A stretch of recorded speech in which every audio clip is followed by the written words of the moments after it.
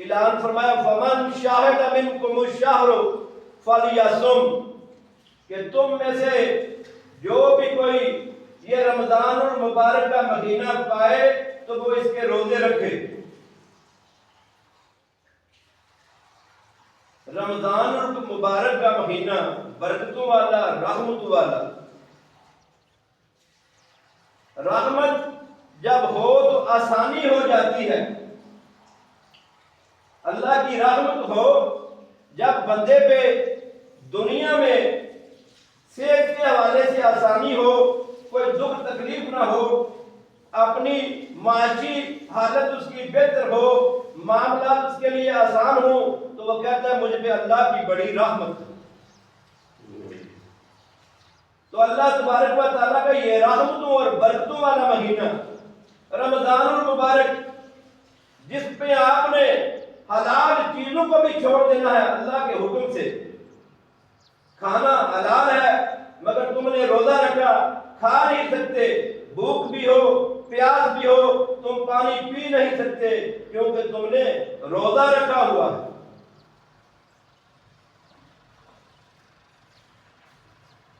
یا اللہ رحمت کیسے ہے، میں تو مشکل میں ہوں، مجھے بھوک لگی میں کھانا نہیں کھا سکتا۔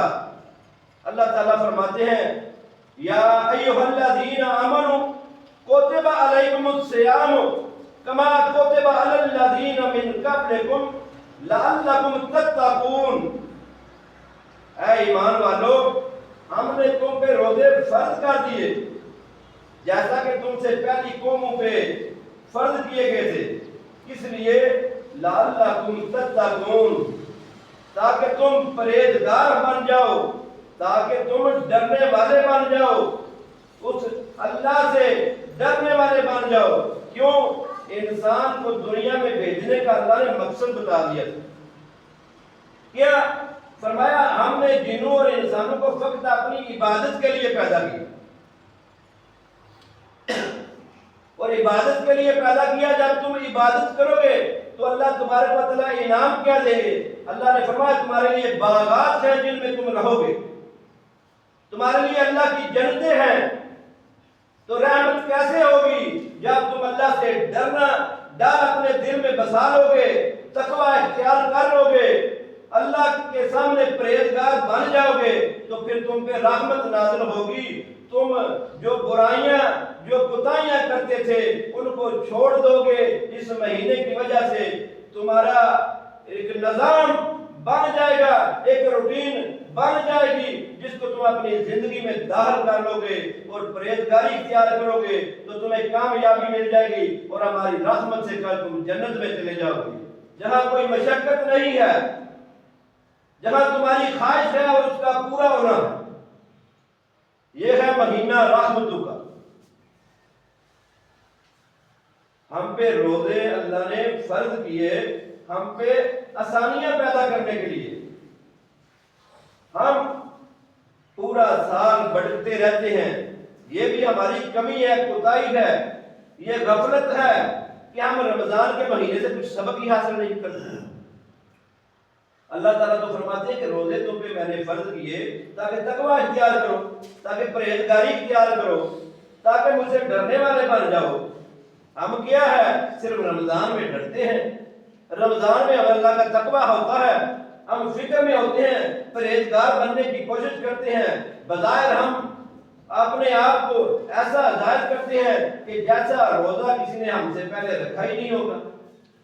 ہم لوگوں کو بتاتے ہیں میں روزے دار ہوں، میں تو 5 وقت نماز پڑھتا ہوں، نوافل کی بھی کثرت کر دی ہے میں تو نماز تراویح ادا کرتا ہوں، میں تو تہجد کی عبادت کرتا ہوں، قرآن میں نے 6 پڑھ لیے، 3 پڑھ لیے، 2 پڑھ لیے۔ رمضان کا پورا مہینہ تو میں نے عبادت کی، تو باقی 11 مہینے، اگر باقی 11 مہینے مجھ پہ رمضان کا اثر نہیں چڑھا تو سمجھ لو کہ میرا رمضان ضائع گیا، میں نے رمضان سے کچھ حاصل نہیں کیا۔ دوستو رمضان سے کچھ حاصل کرنا ہے، فقط اس مہینے اپنے پچھلے گناہوں کی معافی مانگ کے تو دوبارہ شروع کر لیں، انہی گناہوں میں لت پت رہے اگر رمضان کے علاوہ ہمیں کسی مہینے میں موت آ جائے تو پھر کیا ہم ان غلاموں کے ساتھ ہی اللہ کے ہاں ملاقات کریں گے؟ رمضان کا مہینہ ایک سبق دیتا ہے لعلکم تتقون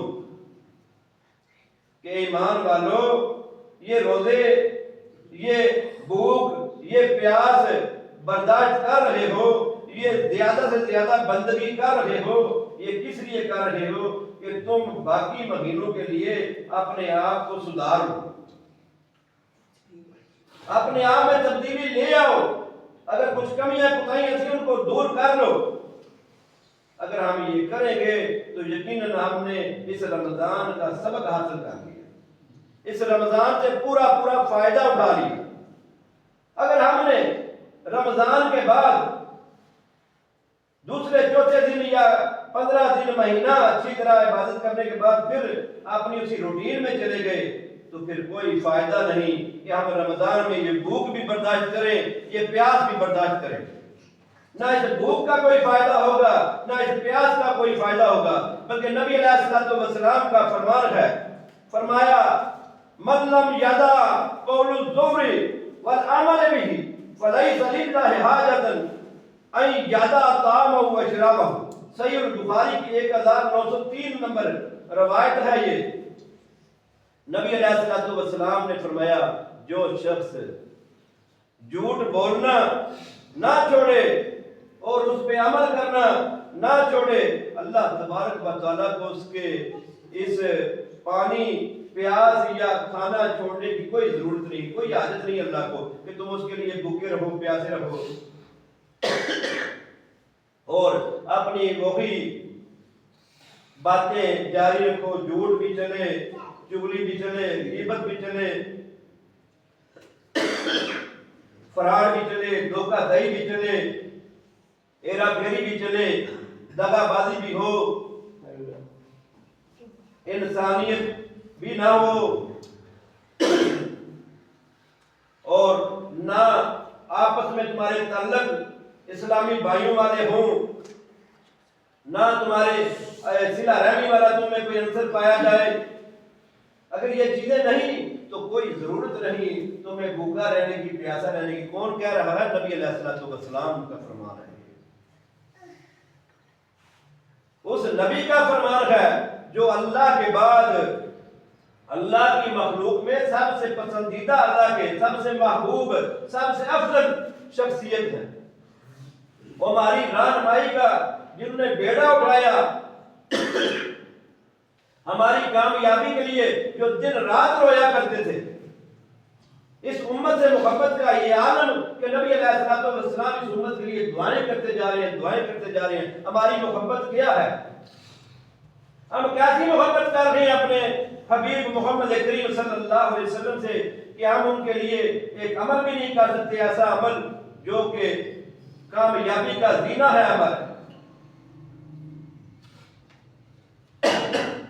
دوسری روایت میں نبی علیہ الصلوۃ والسلام نے فرمایا لیس الصیام من الاکل الشرب انما الصیام من اللغو والرفث فإن سبك احد او جهل عليك فقل اني صائم اني صائم۔ نبی علیہ الصلوۃ والسلام نے فرمایا روزہ کھانا پینا چھوڑنے کا نام نہیں، بلکہ لغویات کو، فضولیات کو چھوڑنے کا نام ہے۔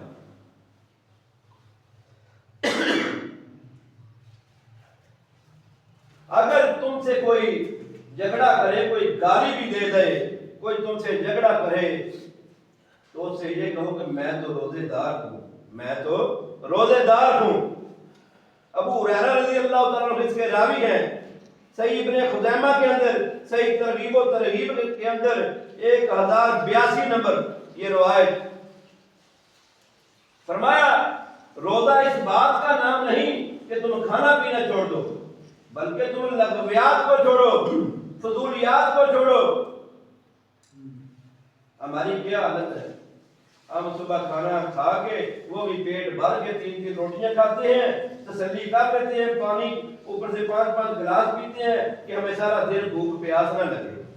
شام کو ہم بیٹھ جاتے ہیں دسترخوان سجا کے، بھئی میں نے روزہ افطاری کی کرنی ہے، میں نے روزہ رکھا ہے صبح، گھر والوں پہ چڑھائی علیحدہ، باہر سارا دن فضول گپیں، فضول کام، دنیا داری کے معاملات، جھوٹ فریب دھوکہ دہی، یہ آج کے معاشرے میں عام پایا جاتا ہے۔ تو کیا مجھے یہ روزہ جو میں رکھ رہا ہوں وہ فائدہ دے گا؟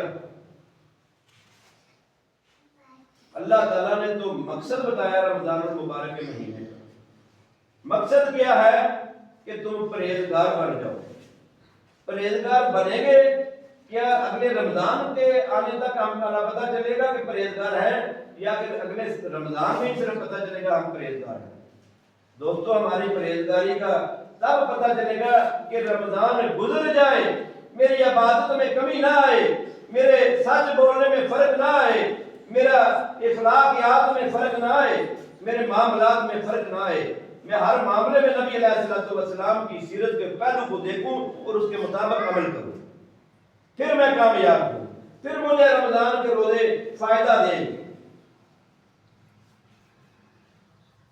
اگر میں نے رمضان میں یہ بھوک بھی برداشت کر لی، پیاس بھی برداشت کر لی، اور پورا مہینہ میں نے یہ بھوک پیاس برداشت کر کے بتایا ارد گرد کہ میں تو روزے دار تھا، بھائی میں نے پورا مہینہ روزے رکھے، میں نے بڑا کمال کیا، میں نے تراویح بھی ادا کی، میں نے قرآن بھی بڑے پڑھے، تو اس کے بعد جب عید آ گئی، عید گزارنے کے بعد پھر میرے پاس نماز کے لیے ٹائم کوئی نہیں، سچ بولوں گا تو میرا سامان فروخت نہیں ہوگا صحیح طریقے سے، اگر معاملات میں دو نمبری نہیں کروں گا تو میرا گزارا نہیں ہوگا، یہی معاملات رہے تو پھر یہ رمضان نے مجھے اور آپ کو کوئی سبق نہیں دیا۔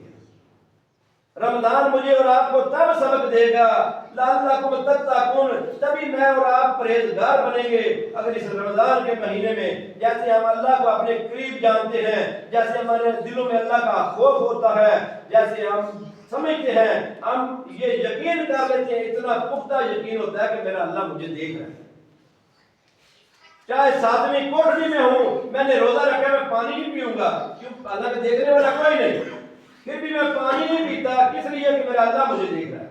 یہی ہمارا نظریہ، یہی ہمارا عقیدہ، یہی ہمارا سوچ 12 مہینے ہونی چاہیے کہ میرا اللہ مجھے دیکھ رہا ہے۔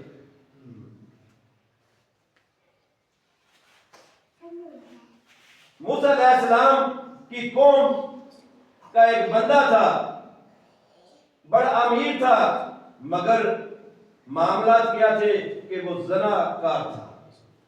ایک عورت آتی ہے، اس کی عزیزہ بھی تھی اور اس کو وہ پسند بھی بہت کرتا تھا، اس کی چاہ بھی تھی اسے، اس کے بچہ تھا مگر اس کے گھر میں فاقے کی وجہ سے اس کا دودھ بھی سوکھ چکا تھا، وہ بچے کی پیاس کے لیے، بھوک کو مٹانے کے لیے اس نے کہا مجھے کچھ روپے چاہیے، اس نے کہا میری حاجت براری کرنی ہے، اس نے کہا چلو مجبوری ہے، ٹھیک ہے، اس نے مال دیا، ٹائم دیا، جب وہ پہنچی پیسے لینے تو اس نے کہا مجھے پہلے میرا کام، اس نے کہا مجھے تھوڑا ٹائم دے کہ میں اس رب سے جس سے میں بے وفائی کرنے والی ہوں، میں اس کے سامنے اپنے آپ کو 2 نفل ادا کر لوں، میں جھک جاؤں اس کے سامنے اپنی عرض پیش کر لوں۔ جب وہ اپنے رب کے سامنے جھکی تو اللہ تبارک و تعالیٰ نے اس شخص کے دل کو بھی پھیر دیا، اس نے کہا یہ مال بھی نہیں اور تو جا،